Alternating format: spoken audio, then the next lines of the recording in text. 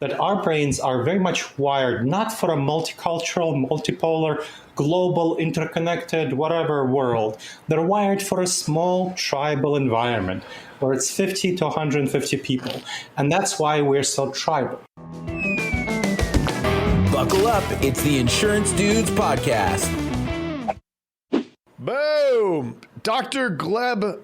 Oh no, I just said it right and then I messed up. Dr. Gleb Tsipursky. Welcome. There you go, yeah. Welcome to the Insurance Dudes. It is so awesome to have you on. You just wrote a fantastic book, Never Go With Your Gut, which I think that title may make a lot of entrepreneurs cringe a little bit because I think that they do go with their gut a lot, right? Moving quick and making quick decisions. But I think as we're going to understand and figure out and learn over the course of the next 30 minutes or so, that can be very costly. You're absolutely right. And thank you for welcoming me, Craig. We do tend to go with our gut much more than we should. And we'll talk about when it's the right thing to do and when it's the wrong thing to do. Yeah. Why don't you give us a little bit of background, and please include the fact that you went to Harvard. I think that's very important. But just tell us a little bit about where you came from, and how you got to where you are, and then let's dive into some other stuff. Sure. I did park my car at Harvard Yard. Oh, perfect. Yes. But before that, I was always interested in decision making. And this is a topic that should be fascinating to any entrepreneur, whether you're involved in insurance or not. Because decision making is the fundamental thing that entrepreneurs, leaders of all sorts have to do. There's a reason that leader is synonymous with decision maker, right? That's your main job as a leader.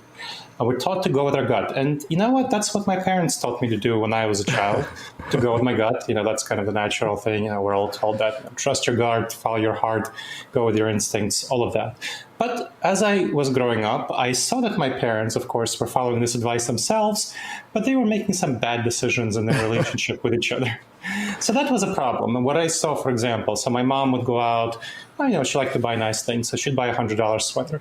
My dad was kind of a cheapskate, so she'd come home and he'd start yelling at her, saying, no sweater should be worth over $20. And then she'd bring up stuff that he did wrong, and he'd bring up other stuff, and they'd go at it, and again.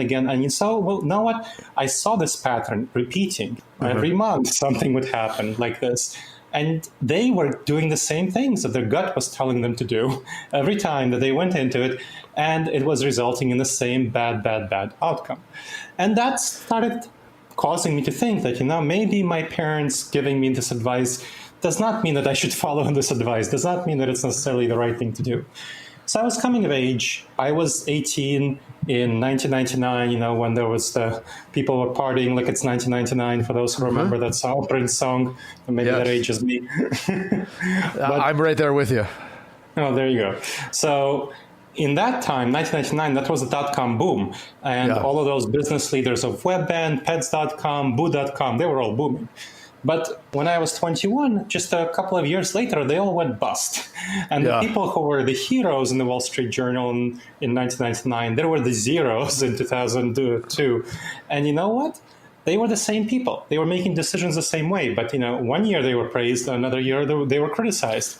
And they weren't making decisions any differently. This taught me that it's not only my parents, it's the biggest leaders in society, the true, multi-billion, trillion. Who remembers the AOL Time Warner merger, right? One of the worst disastrous decisions of all time. How many hundreds of billions of dollars did that waste, right? So that is a fundamental example of the kind of bad decision making that happens at the very, very top levels. The titans of industry, the ones who control huge amounts of money, making the worst, terrible decisions. Not even to talk about politics, won't go there, but there's some horrible decision making. So, going back to business, I decided that this is something that's worth my attention. And so I decided to study, how do we make decisions? And you know what? There's a science of decision making. I didn't know this, and I started studying it. And so then I got into decision making. I got into the behavioral science, and I went specifically into the history of behavioral science, which is the study of decision making in historical and contemporary contexts. And I got my undergrad at New York University. I got a master's at Harvard. I got my PhD at UNC Chapel Hill. And then I worked as a professor for 7 years in Decision Sciences Collaborative in the history department at Ohio State University. That's kind of my academic background. And that I spent about 15 years in academia doing various sorts of research on decision making and these dangerous judgment errors that we make just because of how our brain is wired, called cognitive biases. We'll dive into that later. And at the same time, already from 1999, I was doing various consulting on the side, consulting, coaching, training for businesses to help them make better decisions. So that's kind of the business side of what I do. And so I've been doing that for 21 years. And all of that experience is summarized in my book, Never Go With Your Gut, How Pioneering Leaders Make the Best Decisions and Avoid Business Disasters. And that is indeed about why your gut and where your gut may lead you in the wrong direction. For talking about entrepreneurs, there is a reason that about half of all startups fail within the first 5 years, 3/4 fail within the first 15 years. And that's because entrepreneurs really tend to go with their gut. And, their gut tends to lead them in the very bad direction. There are two big problems with entrepreneur decision making. One type of problem is a lack of fit of product to market. One of the two big reasons why startups fail.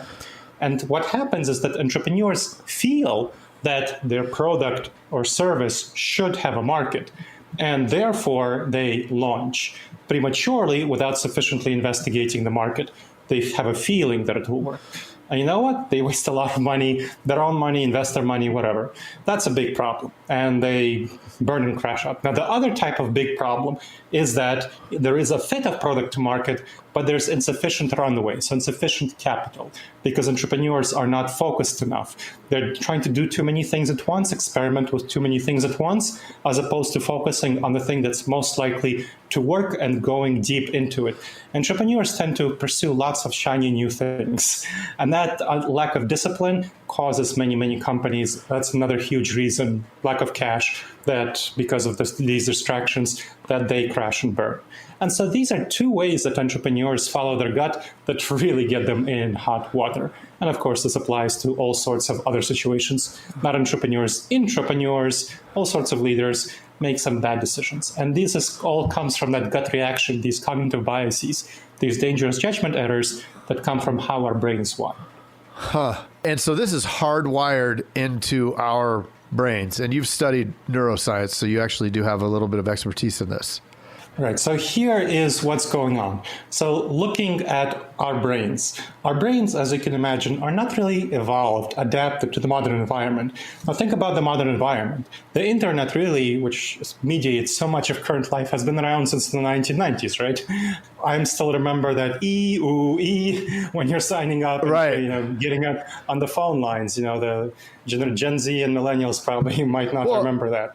And I think the internet as we know it is more like a decade old, right? Like with the social media and all and having it on you. I mean, this is 2007, right? The first version. Yeah. So it's interesting. Like we're talking about, no, but you know what I mean? This is a 13, but like from a 13, 15, it's 15 years old to the earliest portable, real internet browser type situation. And I don't even think it was good and caught on until 2010. So it is interesting, right? Like we're basing so many decisions and doing so many things as a result of a technology that's less than two decades old. Right. Our life is incredibly mediated by digital information. Of course, with the pandemic, that has been incredibly exacerbated. But going back to our brain, our brain has not had time to evolve for it. Right. Our brain's evolution is really based in the ancient savanna, when we lived in small tribes of 50 people to 150 people. So we were hunters, foragers, and gatherers. That means that our brains are very much wired not for a multicultural, multipolar, global, interconnected, whatever world. They're wired for a small tribal environment where it's 50 to 150 people. And that's why we're so tribal. So we are wired to look for people who look like us, who have our values, who have our predispositions, and so on, preferences. If we weren't sufficiently tribal in that tribal environment, many thousands of years ago, then we would be kicked out of our tribe and we'd die. Yeah. And that's a problem. And if we weren't sufficiently hostile to other tribe, then people from that tribe would take our tribe over and we'd die as well. Guess what? We're the descendants of those who didn't die. Right. So a little bit smarter. well, a little bit more tribal. So Oh, we okay. have a strong predisposition to look for people who are like us and be hostile to those people who don't look like us and who don't share our values and predispositions. So that tribalism causes a great deal of problems, tensions, and conflicts in the modern world.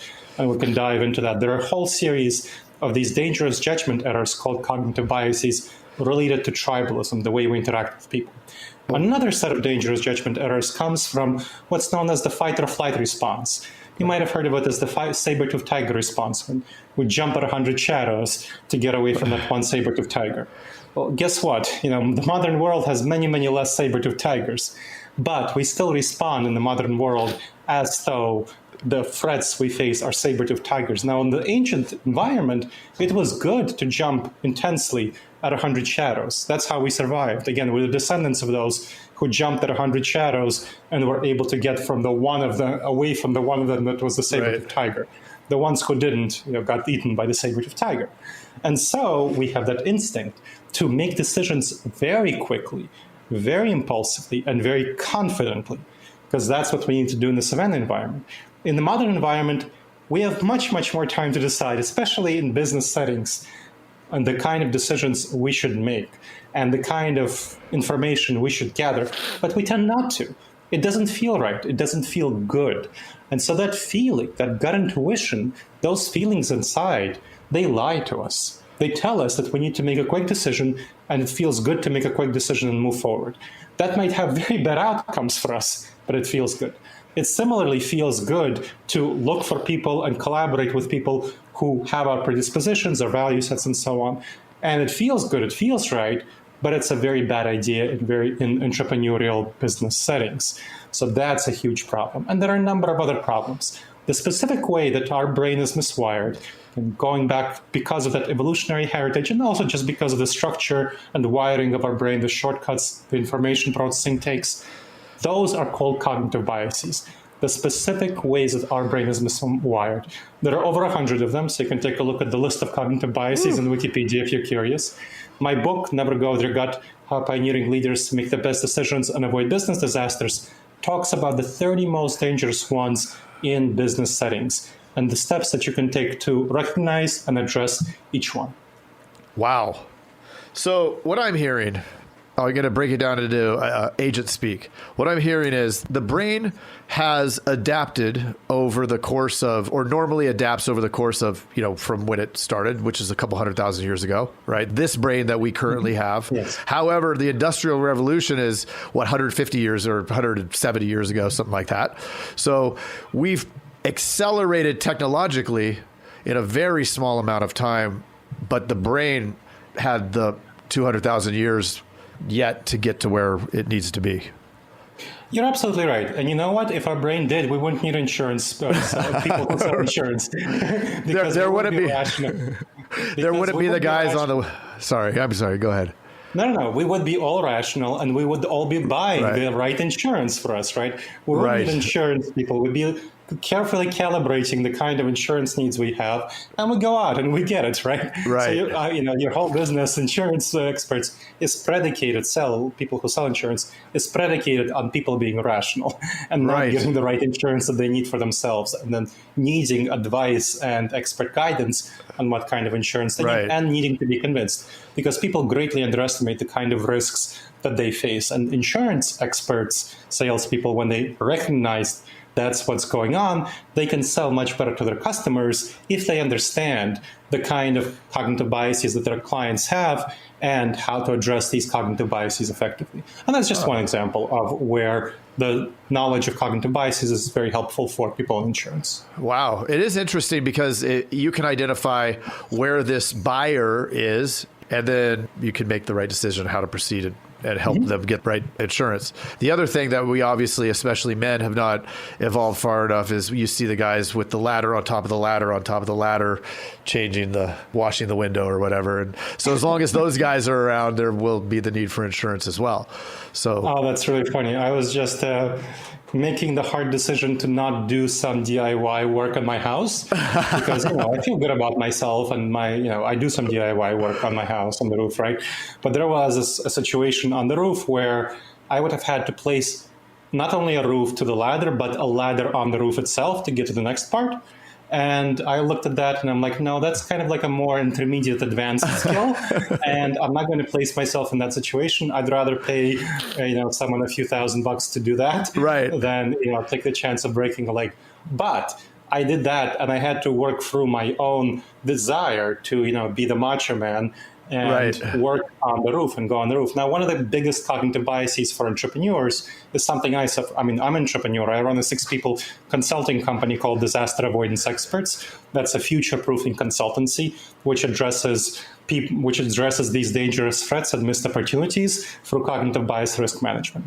And so it's very tempting. I'm an optimist. Now, that's one of the biggest cognitive biases, that, as I mentioned, that entrepreneurs have. They perceive the world as full of opportunities, full of not danger, but full of chances, full of rewards. And so it's something that they unfortunately tend to be risk blind about, and I do too. So I tend to see the world as kind of a mostly friendly place. I tend to be too risk blind. So I know that, hey, I'm very likely to be making mistakes where I underestimate risks and am too optimistic. And I had to calibrate my own personal life decision-making, not simply business decision-making, to say, okay, I am underestimating the risk of going on the roof and placing the ladder on the ladder, placing the ladder on the roof itself. And that may not end well. Maybe I have a 80% chance of success, but do I want the 20% chance of breaking my leg? No, that's not worth it. Paying someone a few $1,000s is worth avoiding the 20% chance of breaking my leg. So, that's not a very human, intuitive, natural thing to do, right? To make those probabilistic calculations and trade off that money against 20% chance of breaking a leg, right? Right. So how much is your breaking a leg worth to you, right? So, that is a difficult thing to do. And you have to work within yourself because it feels like I can do it.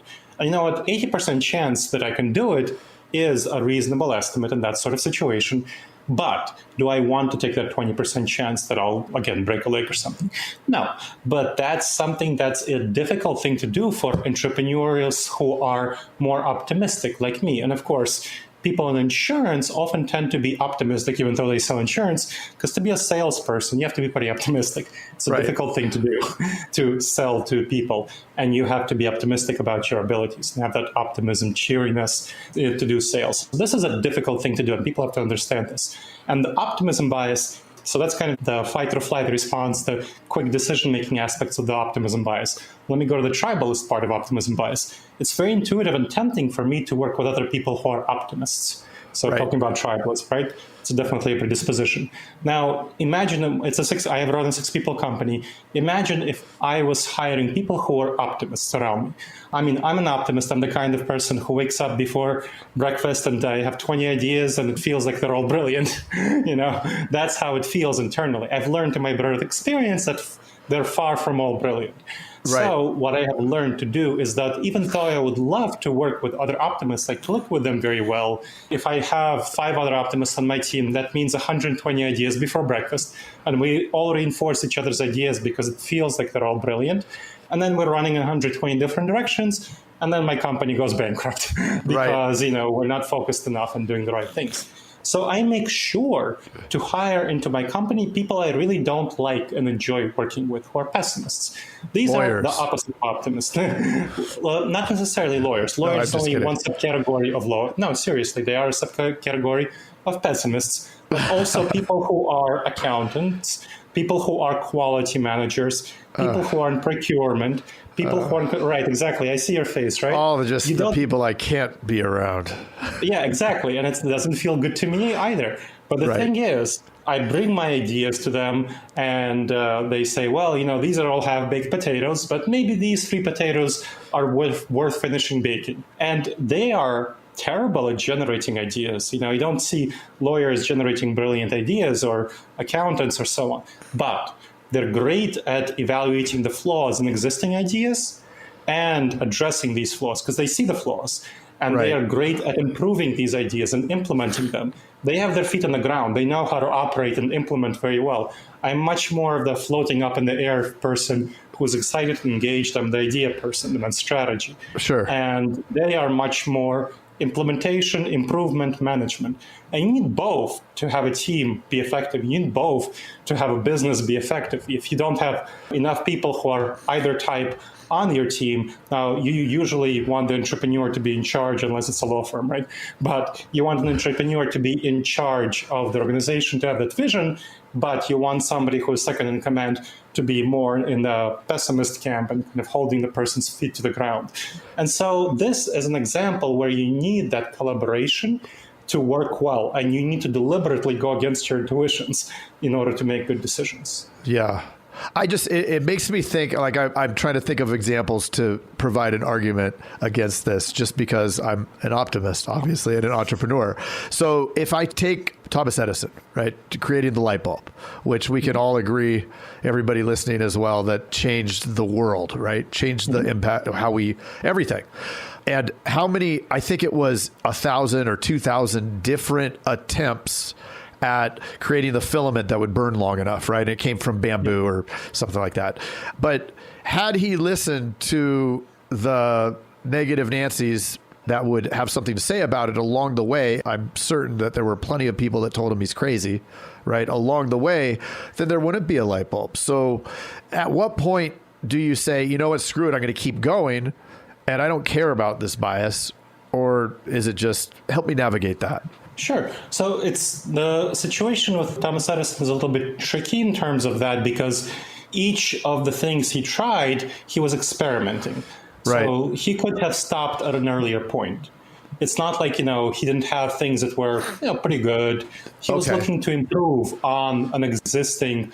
So he came up with one thing. It burned for a certain amount of time, but he wanted to make it better. So it wasn't kind of, inventing the light bulb was a zero to nothing. It was a process of gradual improvement.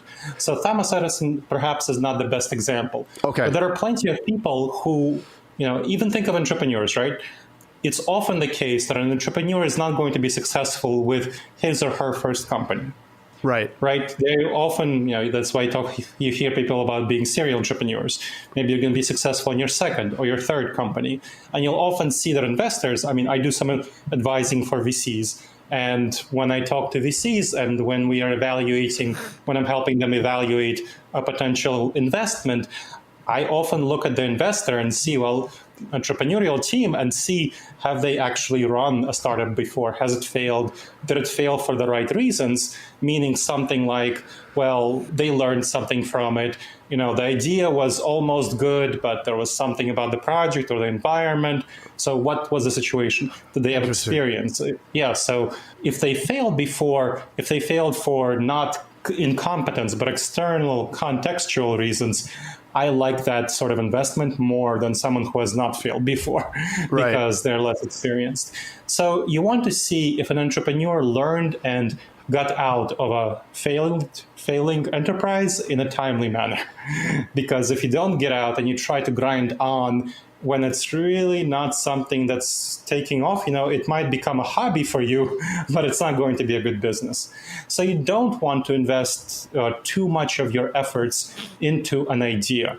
Even if you're an optimist, you want to be optimistic about failing fast. You've probably heard this phrase, failing fast. Of course. And so this is where you want to apply it effectively. So when you're looking at what happens, kind of the probabilities involved, you see that people are much more likely to keep going longer than they should with an existing project.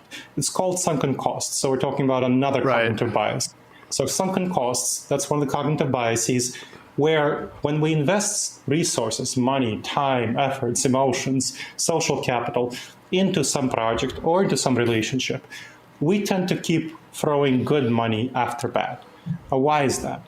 Well, we have an emotional attachment, and emotions here are not our friends, unfortunately. In evaluating ideas and projects rationally and effectively, your gut, your intuitions, your emotions, your heart, your instincts, whatever you call it, that's not going to be your friend, unfortunately. So our emotions are often going to lie to us. They're going to tell us that, okay, I'm emotionally attached to this thing. I invested some money into it. I can't just give it up right now. I'll give you an example. I was just talking to my parents. To be continued. Hey, Jason. Yes, Mr. Craig. That was another awesome episode, wasn't it? Mm-hmm. Well, if people want to get a little bit more action and learn how to write 100,000 in premium Yes. off of even the worst internet leads, where could they go? They can go to live.teledudes.com. Ooh, that sounds exciting. Are we going to be there? Yes, it's a weekly call that we're doing right now it's live, and it will show you the process. The entire process is super awesome. I love it. Let's do it. Let's do it. Sign up right now, live.teledudes.com. Live.teledudes.com. That's live.teledudes.com. Hey, Craig, there's a new community that we are starting that I cannot wait to tell everybody about. It is our live texting community where you and I are going to answer people's questions and give them free content, right? Are you kidding me? We get to talk to them? Yeah, which is awesome, but they have to opt in. They have to text us at 520-214-2219. That's 520-214-2219. Nice. Craig, are you going to respond to these texts? I'm going to respond to them for sure. Live. I'm into it too. It's going to be awesome. And it's going to be our new texting community where we're going to get back to everybody that we can and drop some crazy content, free content, and free the calculator that you just came up with. That's right. The calling calculator, sales material. I mean, everything for insurance agents. This is it. It's the best texting community out there for insurance agents. Well, what the heck is that number again? I can't remember it. It's 520-214-2219.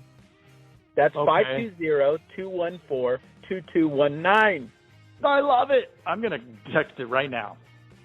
520-214-2219. All right. I'll see you later, Mr. Jason. Bye, Mr. Craig. Wait, do they even listen to this on the radio anymore? I love it. I love it. Nice. All right.